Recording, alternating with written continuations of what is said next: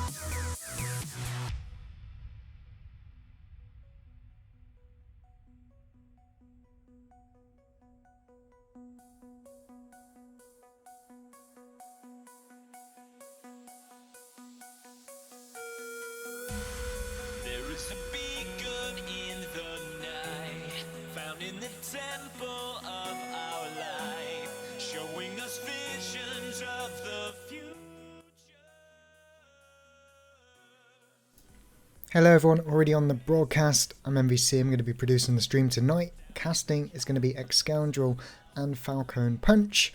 We are just waiting for the players to finish off the bans here in the Last Hero Standing 1 ban format in week 1 of the UK Masters here for Multiplay Esport. Don't go anywhere, we're going to be live ASAP, hopefully within the next 5 minutes. We do have a stream delay on as well, so when I say 5 minutes it's more like a little bit more, but you know the deal. So don't go anywhere. Game 1 here in this best of 5 between Epiphany and Ting Ting coming up shortly.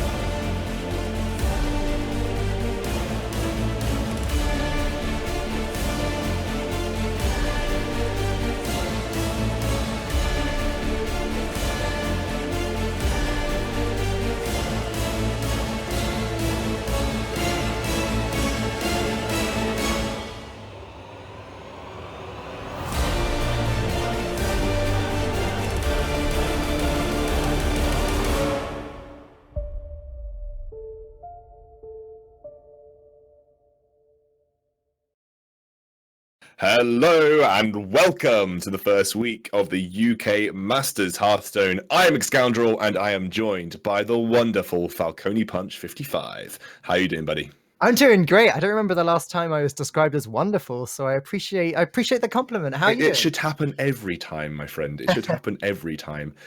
So it is my delight to bring in this first week. Now, we have a kind of interesting schedule coming your way today. We have one game starting very soon, and I believe that's between Epiphany and Ting Ting. And then we may have a slight break. So what me and Falcone are going to do is we're going to talk as much as possible, which I know that you'd love to hear about.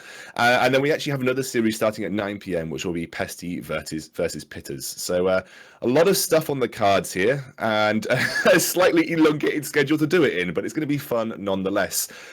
Now, Falcone, Yeah.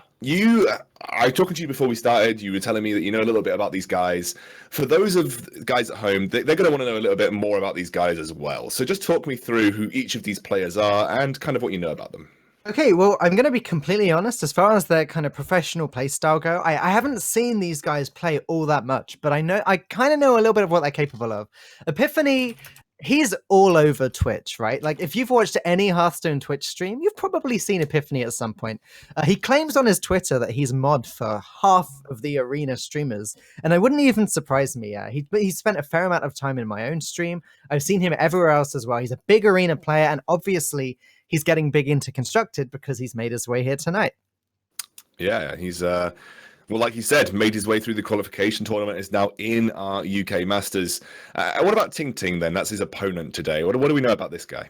Ting Ting is a guy I know a little bit less. I don't think he's been around for quite as long. At least I haven't seen him on Twitch quite as much over my last few years of wandering through streams and streaming myself. But, obviously a solid Hearthstone player, as well as I do. He's been in some ESL tournaments recently as well. He's making the rounds, and he's definitely going a long way into proving himself. He's not quite made his name as one of the big UK players just yet, but he's definitely getting there. Yeah, absolutely. And he was in the ESL Premiership qualifiers as well. That's where I recognize his name from. Unfortunately, didn't quite make it to the top 4 that could requalify for that top 8. So, but nonetheless, made it to that sort of qualification tournament. So he did pretty solid there. Then we've got Pesty. Now, most UK Hearthstone players will know who Pesty is, but for those of you who don't, Falcone, I'm sure, can tell you a little bit more about him as well.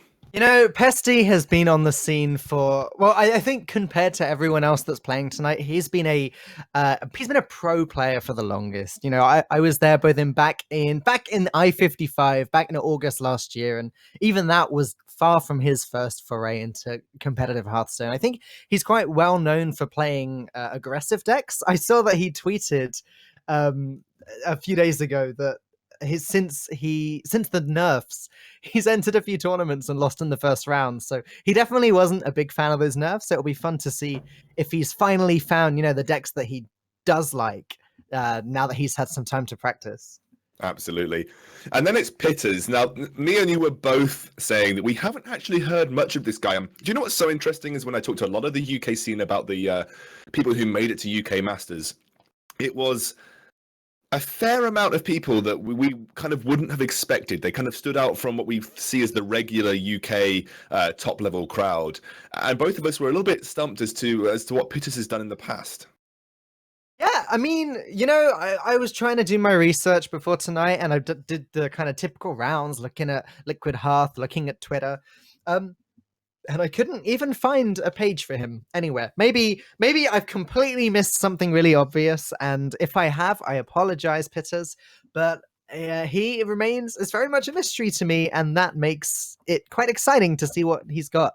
He's not going to have the easiest game being up against Pesty, but again, he's gotten to this place in the tournament already, and I'm just excited to see him maybe get further. Do you know what's so interesting about Hearthstone and why I love it so much? That there can be people who, for the most part, have considered themselves casual. They grind the ladder, they just do really well, and then they sort of say, "Oh, actually, I want to try my hand at a tournament," and they can just come out of nowhere and suddenly be a fantastic player and take a tournament by storm. And to be honest, we may have never heard of them before. That's just what's so fantastic about Hearthstone and how accessible it is to play at the high level. It's really easy for a lot of people to get to that point where as long as you put the work in, as long as you do your research, as long as you make your deck choices and they're sensible, you can kind of compete at that high level pretty easily compared to a lot of other esports. Yeah, I think a lot of, like you said, Hearthstone is very accessible, and I think a lot of the breaking into Hearthstone is all about just getting your name out there, you know, like with Epiphany, showing your name on all of the big Twitch streams and watching as many people and learning as many times as you can. And then when this sort of tournament comes along, and I think these tournaments are great, like UK only tournaments really does give anyone in the country a chance to stick their name out there and say, look, I'm one of the best in the country. Come watch me. And I just think if you enter enough tournaments and do well enough, then sure, they can make a name for themselves. And this really could be the start of Pitters, one of the best Hearthstone players in the world, for all we know. So we should be jumping into game pretty soon here. So I just want to say thanks to AOC and Aegon. Obviously, Aegon's AOC's monitors for esports.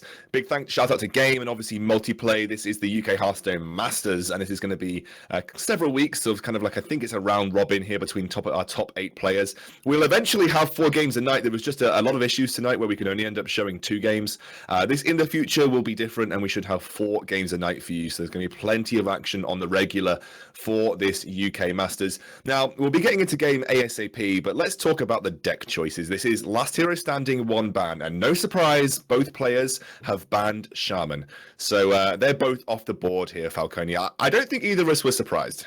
No, not at all. Like, I mean, we've both casted a lot of Hearthstone recently, and I think we've both seen a lot of Shaman bans. What really surprises me is that Epiphany isn't bringing Druid, and Ting isn't bringing Warrior, which, like, I think it's pretty much universally accepted now that the kind of tier list in tournaments goes Shaman, Druid, Warrior, everything else. So I'm quite surprised that we're not seeing both players bring both Druid and Warrior. Sure, I am not surprised to see Hunter, though, and as we are into game now, we will see Epiphany and Ting start their rounds. What I find so interesting is that Ting has opted to bring Rogue. Now, this is a deck that has a lot of good matchups, but a lot of people find difficult and clunky to play in some particular instances. And Ting has decided to bring this to his lineup. He's also got let's have a look. He's also got the Hunter and the Druid. So he has got that basically Malagos Druid that doesn't have Yogg or could have Yogg. You know, when we get there, we'll have a look. We've got the deck list here, but don't want to give anything away. And then Epiphany's got the Warlock, the Hunter, and the Warrior. So like you said, if you're going to bring a solid Last Hero Standing lineup, some people just say like those 3 classes, Shaman, Druid, Warrior, should be auto-included. That's kind of what most people have been doing in the ESL Premiership. They just kind of auto-include those 3 classes unless they're trying to counter something that their opponent's bringing. What I will say about Ting bringing this Rogue deck is that there's always been this thing about Rogue, right? Where it's always been one of the hardest decks to play, and it's usually always been viable. There've been some phases where it's kind of dropped off a little bit, but back in the days of Miracle Rogue and then Oil Rogue, and now with what is usually Questing Adventurer Rogue, Rogue's good, you know? And any Rogue player will say that it's favored against most decks. Like, Rogue is not an easy class to play ever under any circumstances, but there are players that really specialize in Rogue, and those players will tell you that it's favored against everything else. I would say that in a lot of situations, rogues have really favorable matchups. They just have the tools to make it work. It is just such a hard deck to get to work in your favor, and sometimes does rely on some of these very early combos going your way to make sure you maintain at least an element of board control, or if not getting board control, you're making sure your opponent doesn't have a stable board to work with. And what you saw here, as we just, we're into this first game now, that was a classic turn 2 move from Ting. He played that Swashbuckler, dealt very nicely with the Kindly Grandmother, and the basically the resounding wolf from it with that SI7 agent. And you're already seeing now Epiphany's having to work to fight back for at least some element of board control here. What I will say about the Rogue is that it tends to get to the point where come turn 6, come turn 7, if the Rogue hasn't yet managed to pick up a Gadgetzan Auctioneer, they're going to start to run dry. So I think picking up the Auctioneer is a huge part of winning the game. However, we can see that Ting's picked up this tracking there. Exactly, which will make his search somewhat easier. It will be exciting to see which win condition this deck runs, because like I mentioned before, there's the Questing Adventurer version, there's also obviously Leroy, and there's also Malagos. So we will see as we dig deeper into the deck which version that is. I have a feeling it's probably Malagos, just because most rogues generally are pretty content with Malagos as a win condition here. It generally gives you a little bit more consistency against a lot of other decks too. And this is an interesting turn. That's the play I would have made as well. Maybe I would have thought about the Eviscerate on the Secret Keeper just to deal with it completely. But it looks like he's going to be punished by that trap, the freezing trap coming down from Epiphany. I think obviously he was trying to be the most mana efficient, saying I don't want to waste Eviscerate unless I absolutely have to. But now he's stuck there with a 2/2 Secret Keeper, obviously Kindly Grandmother on board, and the freezing trap sitting there, staring Van Cleef down in the face. And the issue for Rogue is they don't run that many minions to proc freezing trap. You know, there isn't a lot of these sort of low-cost minions that they can run into freezing trap, and sending an Edwin back seems a bit grim. Yeah, you're absolutely right. It's a little bit awkward because also, obviously, by sending Edwin back to the hand, it's suddenly becoming 5 mana as well, which in turn makes it really difficult to play it again as a big minion to get all the combo pieces in advance. So that's not ideal for Ting Ting, but he had to deal with Freezing Trap at some point. I'd say the 2/2 Secret Keeper on its own. Look, he's even not killing it now. I think it's not it's dealing 2 damage a turn, 1 more secret, and then oh no, it's dealing 3 damage a turn. You know, it's not really the end of the world. No. But the issue is that you could get punished severely hard by Cloaked Huntress and just a secret spam, which, you know, in this sort of Secret Keeper deck can ultimately happen very quickly. Luckily for Ting Ting though, Epiphany only has 2 cards in his hand. Sure, so you're not going to be too worried.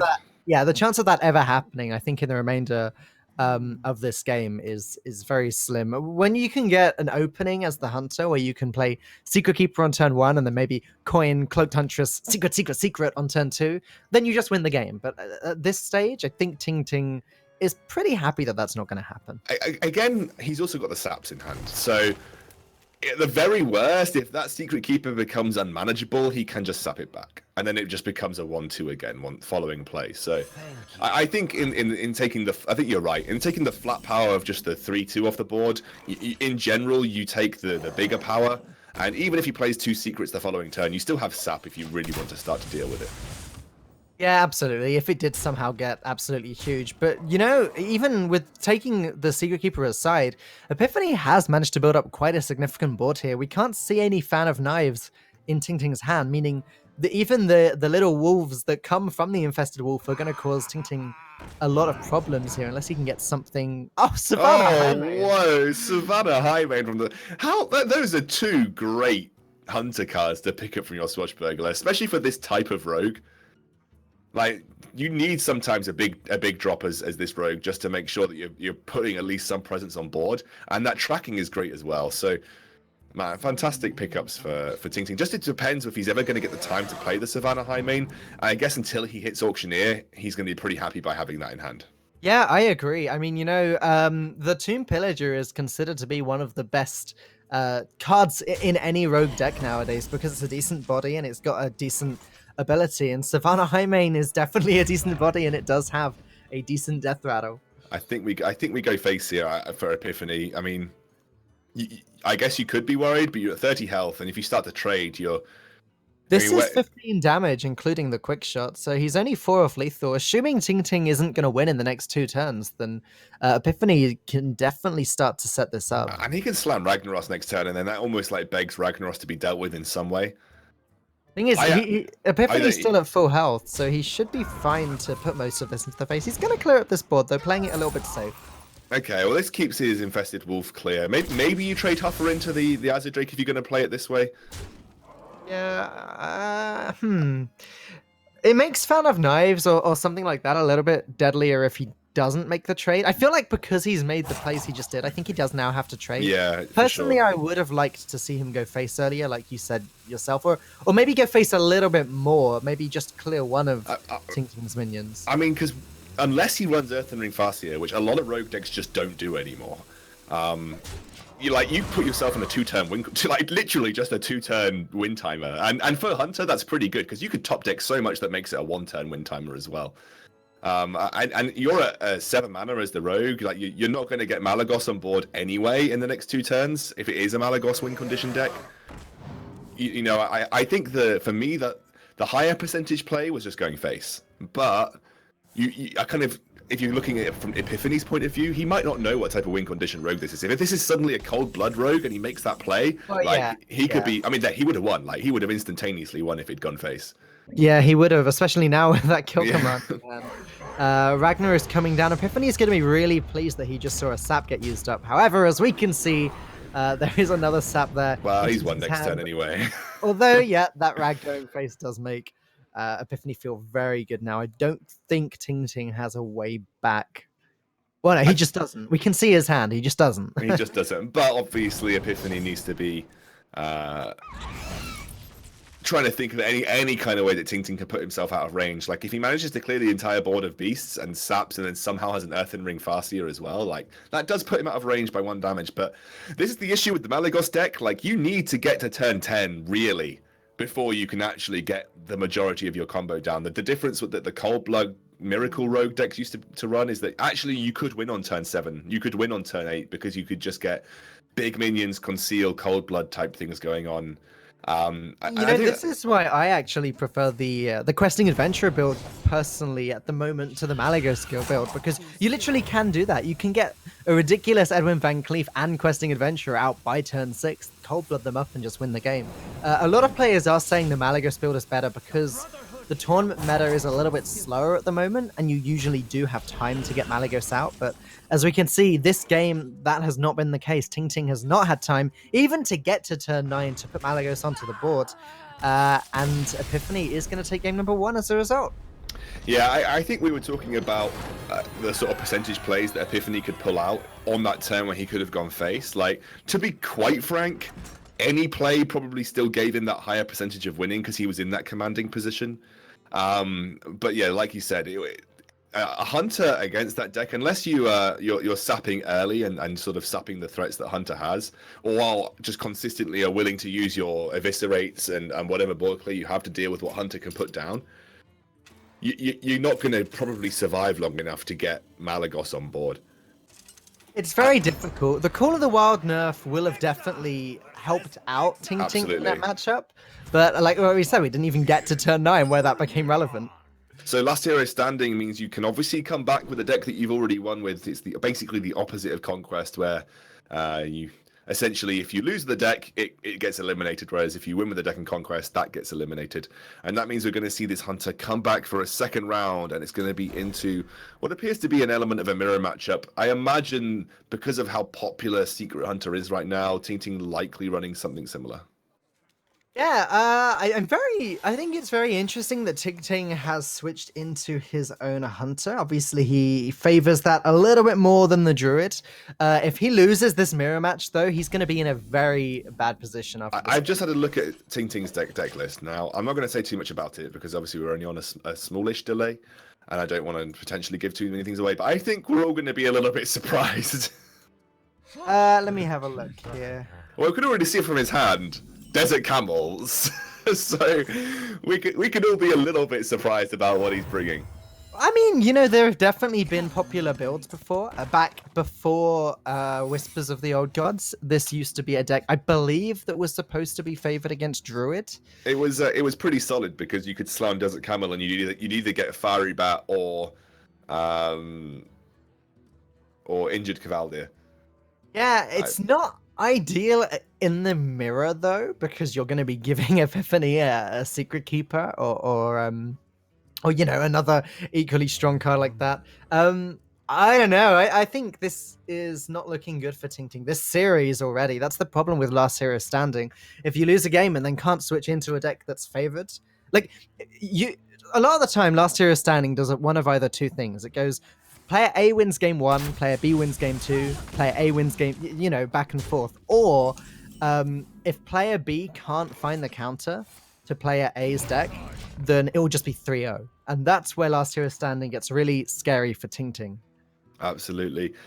So he doesn't actually run Cloaked Huntress at all, as far as I'm aware, because I would imagine that Desert Camel is a direct sub out for the Cloaked Huntress, because otherwise you'd just be running too many 3-drops. And I haven't seen many secrets come out from Ting's hand yet, so I don't know how many secrets this deck even particularly runs. This could be a straight-up attempted Desert Camel mid-range Hunter here. And I imagine he queued the Hunter into the mirror matchup because obviously, in most situations, the Druid is not favored against the Hunter, because you just can't deal with things like Savannah Highmane very well. Yeah, which would be why he picked the Hunter rather than the Druid. He figures a 50-50 or similar to a 50-50. Gives him a better chance than, almost definitely losing the game. I imagine as far as secrets go, like Hunter decks kind of nowadays go all in with the secrets, or just run maybe one or maybe two at a push. I wouldn't be surprised if we don't see any. And Epiphany does now have this Unleash the Hounds in hand. We can see he's ready to clear a big board of Ting Tings, depending on what Ting Ting plays now. What do you like the look of here? Let's have a look. So this is not an awful turn here. I think just being as mana efficient as possible, and also kill commanding Leok seems fine and going face, because he has to deal with kind of grandmother, and you don't want to proc your own death rattles, so you still have more power on board in terms of flat damage. The only thing you get punished by really is Unleash the Hounds, but sometimes people just don't play around Unleash the Hounds because they physically can't. But we see that Epiphany's got Unleash the Hounds, so... You know, it's not the most popular card at the moment either. It's definitely not making its way into all Hunter decks, and even then, it's often just a one-of. Yeah, but I actually think running one Unleash the Hounds is fine. Yeah, and you're right. Like Ting Ting wasn't exactly in a position where he could play around it. He's in this position where he says, "Okay, if Epiphany has Unleashed the Hounds, then that's really bad. If he doesn't, I'll probably win the game with this line." What he did do was kill the Leok, which was really important, and it shows that to an extent he was at least a little bit playing around Unleash the Hounds. Yeah, he was doing his best. Obviously, he still hasn't yet triggered this snipe, and I believe he's triggered one snipe, sorry, but this is just another snipe, I believe. If I could get my production guy to just hover over that secret, I might be able to double check what it is, but I believe it's snipe. Yeah, so it's just another snipe on there. So he's probably aware, having after attacked face, that this is probably snipe or cat trick, which makes a lot of his plays kind of awkward. And there we go. Infested Wolf just gets sniped away. That's the second Infested Wolf that's walked into a snipe this game, I think. Yeah, this is an easy turn for Epiphany, though. Yeah, and you know, Infested Wolf walking into snipe isn't like the worst thing for Ting Ting. He still has minions. You're right, Epiphany able to drop Savannah High Main, and it doesn't look like Ting Ting has a great way of dealing with it. Not an easy way of dealing with it, but at this point, could you just basically either Barnes or Houndmaster drop a Desert Camel and flood the board because you've already seen one in Unleash the Hounds? I definitely like the idea of putting down Houndmaster here. I think that definitely puts you in a better place to try and just win the face race, as it were, I suppose. I see this Desert Camel play is what I like, because I'd want to get value out of my injured Cavaldier as quickly as possible. Yeah. I can then trade my Houndmaster, whatever I put it on, into the Secret Keeper, and then I could just probably be fairly comfortable with just shoving everything face. Yeah, you know, I like this a lot. I think Houndmaster comes down now. I think you do kill the Secret Keeper. I'll work out exactly which trades to make. I think Secret Keeper with your Houndmastered. Okay, wow, he's going for this particular play. Right, so he's gonna drop the 3/3. And then that's going to force both. If he wants to trade into this 3/2, from what he sees on board, it's going to force both of the mini spiders into it, and you probably wouldn't want to then trade your Savannah High Main in. But we see that there's such things as Eagle Horn Bow, and obviously Cloaked Huntress on board as well. Do you know what I wouldn't be averse to doing here? Eagle Horn Bow and Cloaked Huntress Freezing Trap, and then making trades from there. Yeah, if you're able to clear. Thing is, I don't know how good a freezing trap you can get here. He's going to go ahead and do that, though. Let's have a look. So what goes into the 3/2. What I think, the two spiders into the 3/2, then take out the Houndmaster, because that's the only one that you're really not bothered about. That's the only one that you really don't want to get freezing trapped, and suddenly you're back in a commanding board state. Yeah, you know, this is fine. Like, Cavaldi going back is really bad for Ting Ting. The Wolf is, you know, kind of bad. Doesn't... Like, he's now got to play that for 4 more mana. It can come down, but it's awkward. Yeah, you wouldn't probably do that. I think at this point you Barnes and hope. Because you don't really... I mean, the only other way that you take out this Hymen is tank your face, which you don't really want to do. But it does allow you to start trading that Cavaldier into those Hyenas, which means you clear up pretty much all of the power from the Hymen, which is okay. You know, looking at the board as we see it now and looking at Ting Ting's hand, I don't know how he wins this game. Epiphany is just in such a dominating position, and as we can see, he's got that kill command in hand as well. It's gonna, like, Ting Ting needs to turn this around really quickly.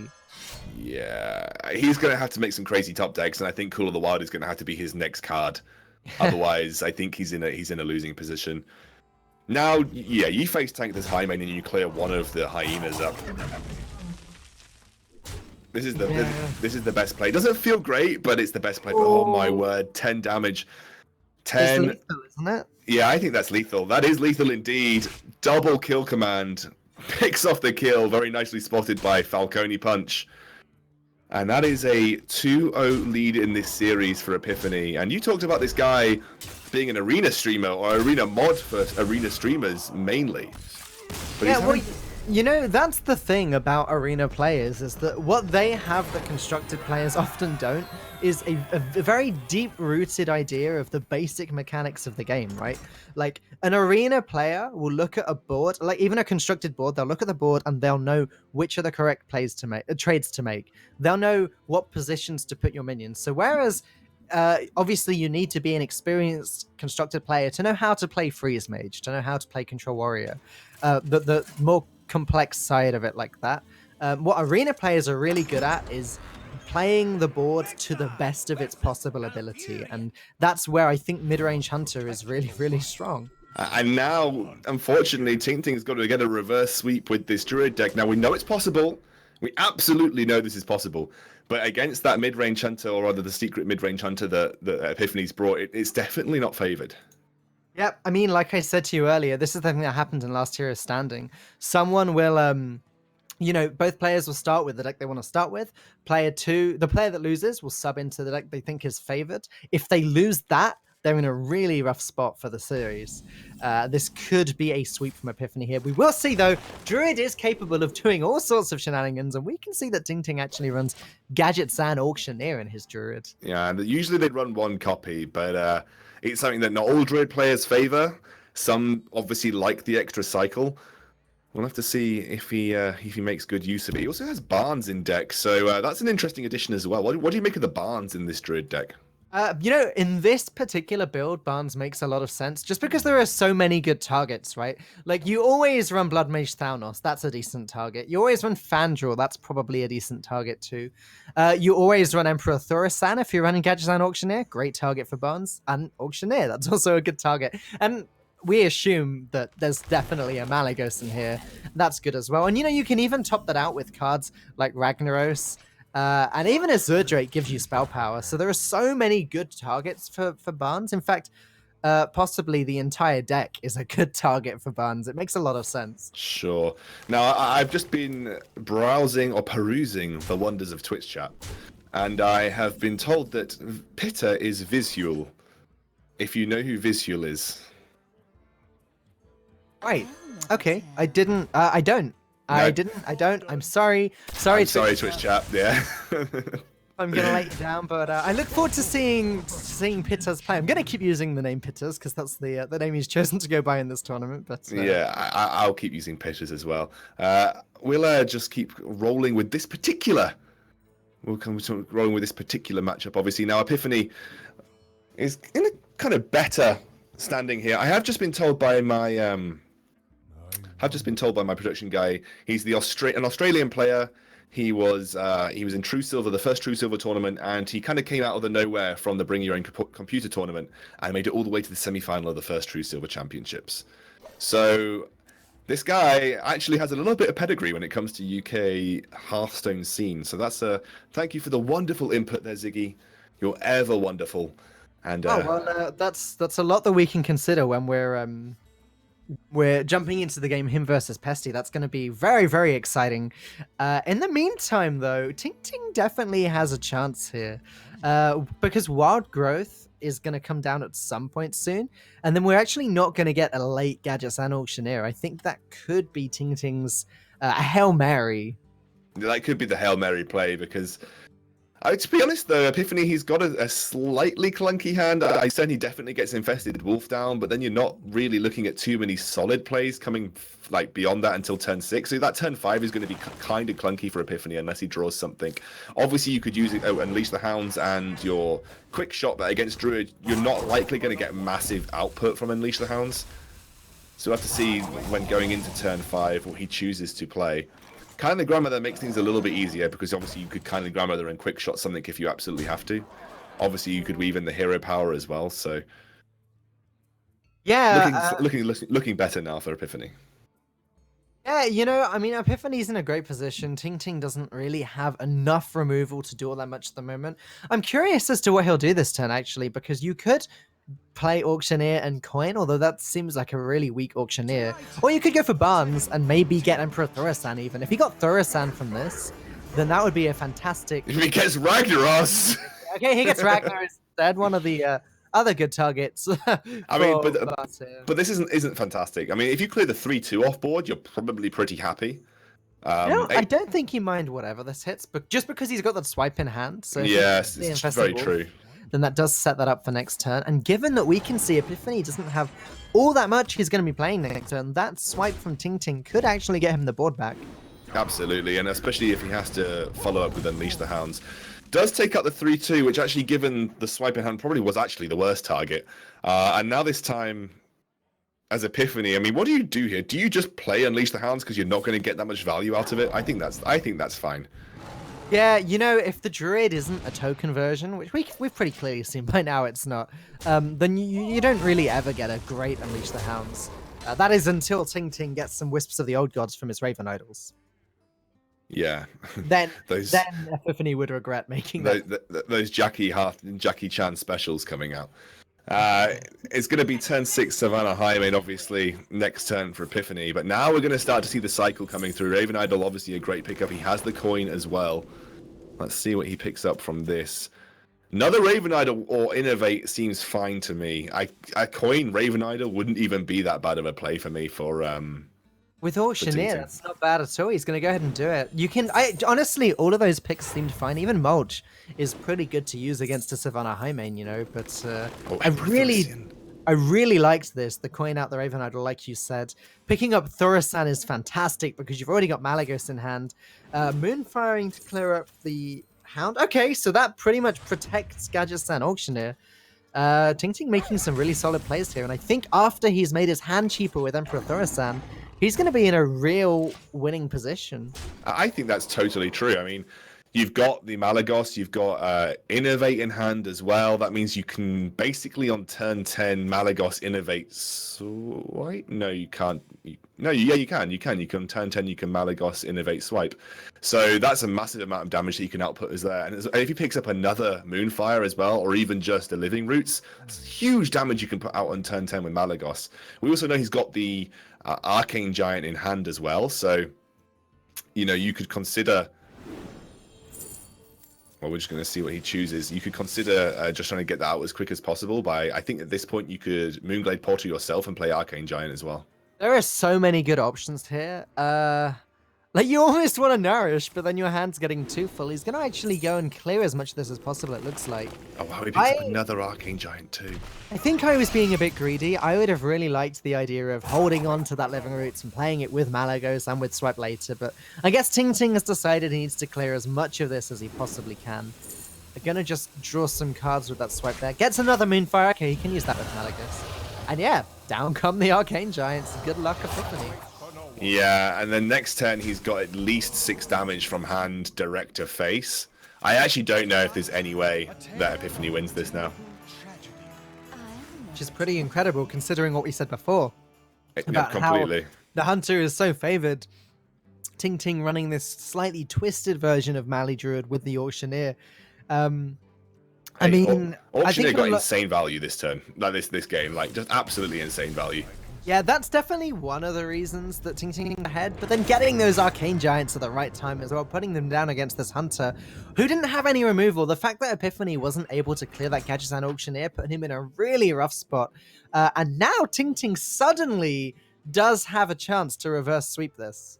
No, totally. I mean, let's have a look at the decks that Epiphany has brought besides this Hunter. He's brought Warlock, and he has brought Warrior. So you would imagine that's either going to be Control or Dragon Warrior. Probably more likely Control Warrior, just because Dragon Warrior has kind of fallen off a little bit now, especially because 2-mana Execute just is so anti-tempo that it's very difficult to get huge swing turns with the Dragon Warrior. And Warlock Warrior is definitely considered to be the best warrior deck at the moment. Epiphany's going to go with the Zoo deck, and you know what? This makes a lot of sense because of what I was saying earlier about arena players. They know their positioning, they know their trades. Basically, Zoo is the perfect deck for an arena player for those reasons. Positioning Sure. is so important. Epiphany, even if he'd never played Constructed until he came to this tournament, he would have been able to handle this Zoo deck like a pro. Yeah, absolutely. Zudek, like you said, super reliant on your ability to make value trades and positioning and all those kind of wonderful aspects that we know and love Zoo for. He's also going to get a double 1-drop on turn 1. Now, we see that Ting Ting has got a pretty solid hand as far as Druid goes for dealing with Zoo as best as possible. So, having a swipe in hand early on is just fantastic for Druids. They're going to just Wild Growth here, which is going to give him more mana to play with on the following turns, but not looking awful net right now for Ting Ting. Yeah, Zoo decks often have to make this funny decision at the start against aggressive decks like Zoo. Like, do I spend my mana removing the board? Do I ramp up so that I've got more mana to remove the board later? In this case, Ting Ting didn't actually have a Wrath in hand or anything, so the Wild Growth is a very obvious decision, and I think he is gonna start to feel pretty good about this with both swipes in hand and then Gadgets and Auctioneer to play with Innovate later. Ting Ting seems to be in a good spot.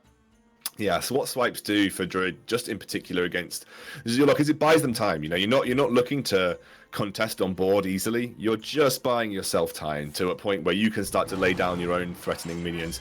And by making this play, he's making it very, or at least unless he innovates swipes now, he's making it pretty obvious he's got swipe in hand.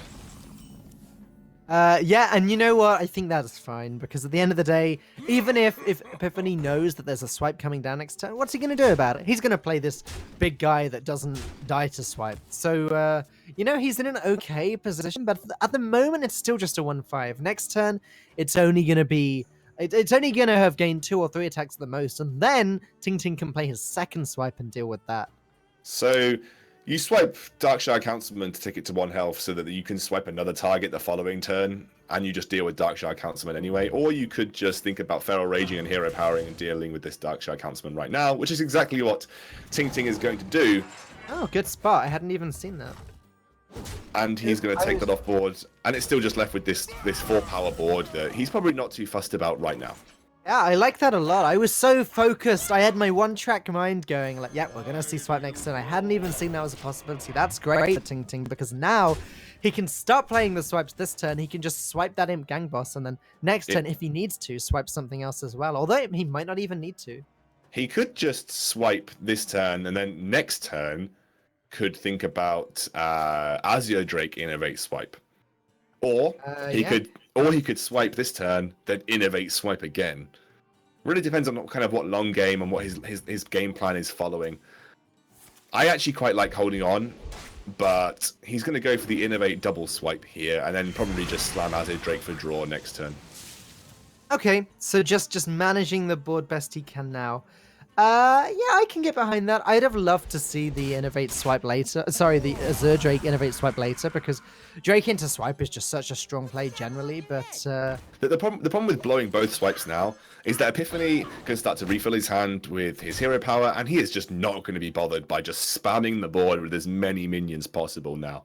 Yeah, that's right. And he doesn't need to worry about swipe anymore either. This is that Living Roots is a great pickup from Ting Ting. They're able to play that, destroy the Knife Juggler, draw a card, and, he's going to just keep his fingers crossed that Epiphany won't have a way to deal with that. However, Doomguard gets picked up. So good. This is not going to end well for Ting Ting, not at all. He gets the draw. Demon Fire. That is an interesting addition here for Epiphany. There's not something that I've seen a lot of decks or Zoo decks run, but it kind of makes sense with the increase in demons that you sometimes see in discard lock. And actually could make a very valuable trade up with his Imp Gang Boss using Demon Fire next turn. Yeah, I mean, it's just... I'm going to be completely honest, it's just looking really dire for Ting Ting now. You're right, that Demon Fire is pretty huge. Direwolf Alpha is huge as well, because Epiphany can just put that down, slam another 8 damage into the face, and Ting Ting is going to need to try and take the board back without drawing any swipes, and only drawing 1 card every single turn, whereas Epiphany can, of course, draw 2 a turn. This is where Yogg-Saron would come in very handy from Ting. And we haven't seen that from Ting's list yet, but we haven't seen him cycle his entire deck thus far, so we don't know. At this point, you're probably not in a great position for Ting. You could just try and Feral Rage for... we see on stream, there we go, Visual, and that's Pitter, shaking hands with Sottle right there. Guys, come on, this is a big moment for Ting. He's about to lose the series. I know. I had to say it because it was on the screen. Do you just take the 8 armor here and hope? Yeah, Production, please. You take the 8 armor and hope, but Doomguard will seal it for Epiphany. If he even needs Doomguard, actually. I don't even think he needs Doomguard. He doesn't even need Doomguard. He's actually just got lethal on boards. So Ting was just hoping that Epiphany couldn't count. And unfortunately, Epiphany, unlike me, did do GCSE maths. And has made his way through this series 3-1 versus Ting. Yeah, that was pretty brutal for Ting. It has to be said. He worked so hard. He was back with such a good shot when he won the first game with the Druid. Like, yes, I haven't been 3-0'd. I've won a bad matchup. I've got this, and then just completely annihilated by Zoo. You know, Zoo is. I think I said this to you before we started the cast. Zoo is a deck that I've not seen much of at all recently. It seems to have fallen a little bit off the side in terms of popularity, but Epiphany, they're handling it like a complete pro, like you'd expect someone so well versed in Arena to handle Zoo. And yeah, he's going to make Ting feel pretty sad. Well, unfortunately, Ting put up his best. He did beat that Hunter at least with one of his decks. But unfortunately couldn't get that reverse sweep with the Malagos Druid that we've sometimes seen. I'm not going to say Yogg because we didn't see Yogg coming out from Ting, so we can't quite bet on it being a Yogg variant. But it means we're going to be going into our next matchup. And, well, to be honest, guys, we've got an hour until that is due to start. That is Pesty versus Pitters, or a lot of people know him as Visual, as chat has so wonderfully told me. So let's talk a little bit about this then. I'll try and get the deck lists up for you guys, or rather I'll get the deck lists sent to me so we can talk about what each of them have brought. But what are you thinking here? This is Visual, who made the semi-finals of the first True Silver Championship. He came from the Open Qualifier, I think, that Game ran. And it's versus Pesty, the tried and true gentleman that has been around in professional UK Hearthstone for quite some time. You know, I mean, I'm going to be completely honest with you. What I expect nowadays whenever I'm casting anything Hearthstone is a Shaman band from both sides, as well as Druid and Warrior, and then one other third deck, which will be either usually Hunter, Mage, Rogue, or Paladin. However, already my expectations have been dashed because we've seen both Hunter and Rogue from Epiphany, and actually Hunter and Warlock from Ting. So I'd never have guessed we'd see that tonight. Although, like I said before, knowing that Epiphany is an Arena player, maybe I should have expected Warlock from him. Yeah, sorry, I'm just going to lower my mic output because apparently it's a little bit loud for some people in chat. So I'm just going to drop it down a little bit. I want to quickly talk a little bit more about the series we just watched, though, and specifically the decks that were being, because we got such a long time until the next series yet. I want to just say I think I think both players played that pretty well. There were a few plays that maybe I think we both said we disagreed with Epiphany for not going face way back in that first game there when he could have put Ting down to 4 health. Yeah, just because he won doesn't necessarily mean it was the right play. Obviously, he had multiple percentage plays that he could consider. He thought that by trading, what he did was the lowest risk play. So he took the play that gave him the lowest risk of having something turned against him, not knowing what type of rogue deck he brought. Now, you put yourself in Epiphany's shoes in that particular matchup, and you say, I know this is a rogue deck. I know it's a miracle, but I don't quite have any clue as to what type of miracle rogue deck this is. So by taking the board off, I kind of eliminate the ability for a massive cold blood conceal turn that he could then set up and try and win in 2 turns as well, or even just in 1 turn. So I guess that was the thinking coming out from Epiphany there. If it was Malagos rogue, obviously he had a little bit more time to play with. You know what? I'm trying to overthink the whole Epiphany Arena thing, I think, because it's quite. There are quite a few complicated switches when you jump from one to the other, and I was wondering if making these trades rather than going face is something to do with with the arena style of playing. But the more I think about it, and the more I think in arena, you probably would have just gone face there, because the chance of Ting Ting actually having a comeback would have been even slimmer in arena than it would be in constructed. Like, you just bash a hero power twice and you've won the game at that stage in arena. So I'm wondering if maybe that's a little bit of overcompensation in making the switch from arena to constructed, like expecting a comeback even when you shouldn't be expecting a comeback. You know what I mean? Yeah, for sure. What I generally think, if you're a massive arena player, is you just are so used to making trades. Like, the whole point of arena, in most point, is just control board as best as possible. Like, you just make value trades over and over again, and then you have a board state. Because, to be honest, unless you're playing mage, you don't expect too many board clears coming out. So, you know, my eyes in that particular view would be oh well, he's making trades because he's just used to making trades, because it gives him the best win percentage in arena. But honestly, like I said, the thinking for me was that he didn't quite know what type of rogue deck it was. If it was cold blood and he didn't make the trades, he probably got punished. If it was Malagos Druid, like we said, and we probably knew that from hand, he actually had way more time to play with. If I knew it was Malagos Rogue going in and I was in that position, I would have just gone face, Right. like every single time. I'm not sure if we're allowed to talk about the cards we didn't see in the decks we just saw or not. Hopefully, I can. The series is over now, because Right. like, so I assume we can. I just think the Druid deck we saw from Epiphany, sorry, not from Epiphany, from Ting Ting. It's pretty interesting.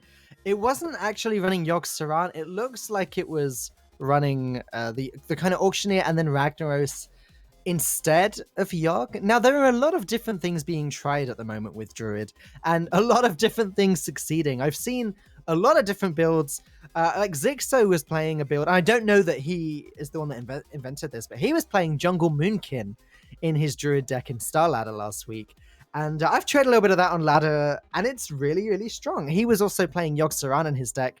A whole bunch of people have still been playing Yogg Saron and finding that it's very successful. Others have been swapping it out for cards like Ragnaros or Onyxia, and just other kind of big, impactful Druid cards. What kind of Druid variants have you seen since the nerf? To be honest, I haven't seen like crazy. The Jungle Moonkin variant is something that I actually saw on some streams today. Obviously, Zixo, probably one of the best innovators in terms of just, you know, teching decks out or creating sort of new variants of decks. I haven't seen too many crazy variants. What I've generally seen is it's just that straight up swap where they take Yogg out and put Ragnaros in. That generally is the biggest variance in terms of the Druid decks that I've seen, especially at ESL Premiership. That we actually saw a lot of people stick with Yogg.